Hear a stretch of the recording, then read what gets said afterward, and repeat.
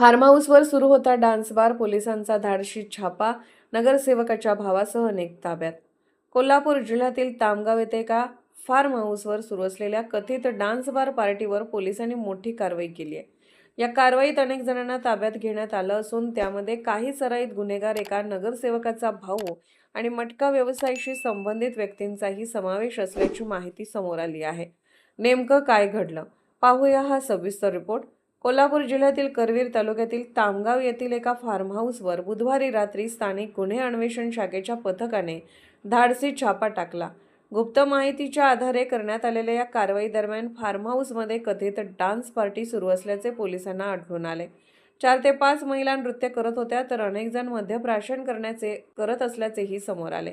पोलिसांनी घटनास्थळावरून महिलांसह अनेकांना ताब्यात घेतले. ताब्यात घेतलेल्यांमध्ये काही सराईत गुन्हेगार, एका शहरातील एका नगरसेवकाचा भाऊ तसेच मटका व्यवसायाशी संबंधित व्यक्तीचा समावेश असल्याची माहिती मिळत आहे. जिल्ह्यातील फार्म हाऊसमध्ये अवैध प्रकार सुरू असल्याच्या वाढत्या तक्रारीच्या पार्श्वभूमीवर जिल्हा पोलीस अधीक्षक निलोत्पल यांच्या सूचनेनुसार ही कारवाई करण्यात आली.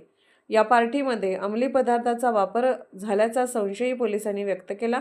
ताब्यात घेतलेल्या व्यक्तीची वैद्यकीय तपासणी करण्यात येणार असून अंमली पदार्थाचे सेवन झाल्याचे निष्पन्न झाल्यास त्याचा पाठपुरावा कोणी केला याचाही तपास केला जाणार आहे.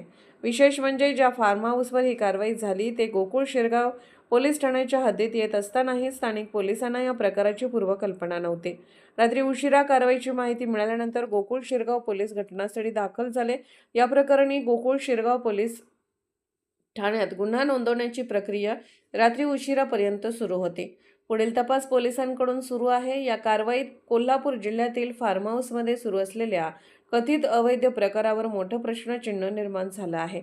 या प्रकरणात आणखी कोणती नावे समोर येतात आणि पोलीस तपासात काय निष्पन्न होते याकडे सर्वांचे लक्ष लागले आहे.